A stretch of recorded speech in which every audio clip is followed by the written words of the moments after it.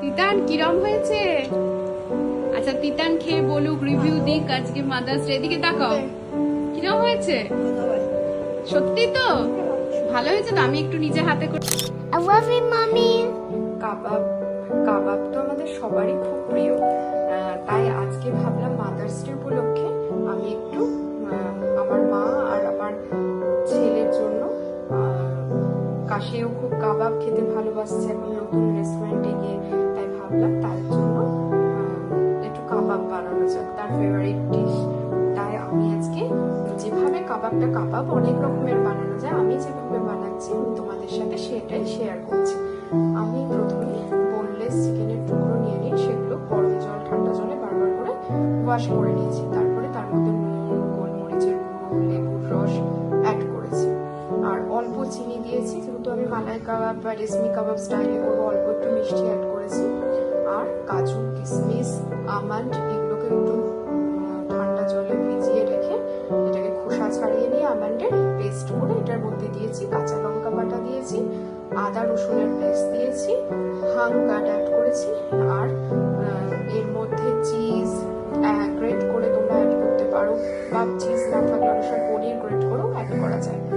আর তাছাড়া cream fresh cream add করতে পারো, বা দুধের স্বর, ক্রিম না থাকলে দুধের স্বরও তোমরা অ্যাড করতে পারো। ঠিক আছে, আমি যেভাবে করছি সেভাবে দেখো। যারা হরিয়ালি কাবাব করবে তারা আর গরম মশলার গুঁড়ো দিয়েছি, আর যারা হরিয়ালি কাবাব তারা ধনে পাতা কুচিও মানে গ্রেট করে মানে বেটে পেস্ট করে এর মধ্যে অ্যাড করতে পারো। তাহলে দেখতে থাকো আমি কিরকম করে করছি। আমি এখন ফ্রিজে 2-3 ঘন্টার জন্য আমি ম্যারিনেট করতে দেবো, তারপরে বের করে যেরকম করবো তোমাদের সাথে শেয়ার করবো।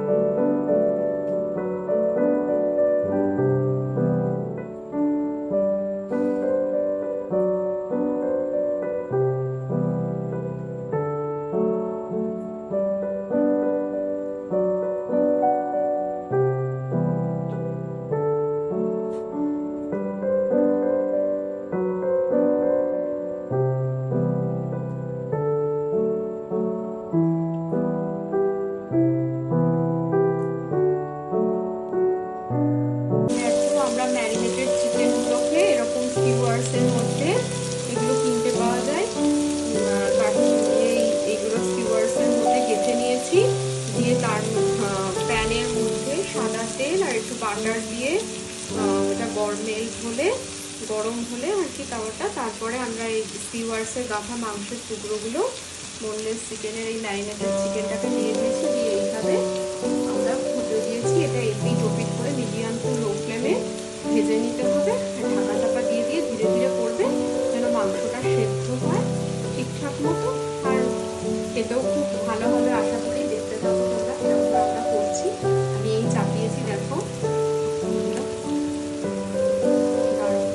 আমি করি তারপরে তোমাদের একটু হওয়ার পর দেখাচ্ছি।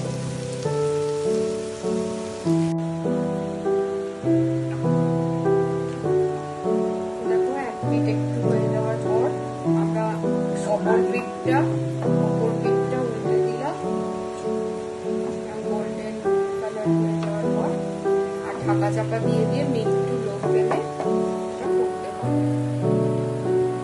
দেখো তাহলে মাংসটা সেদ্ধ হয়, এটা খেয়াল রাখতে হবে অবশ্যই। ঠিক আছে, আমরা করি। তো যে বাড়তি গ্রেভিটা ছিল সেটাও আমরা এটার উপরে একটু একটু করে দিয়ে দিচ্ছি, আর তাছাড়া উপর উপরে একটু বাটার ব্রাশ করেও দেবেন, না দিয়ে করতে থাকবেন। 3, 2, 1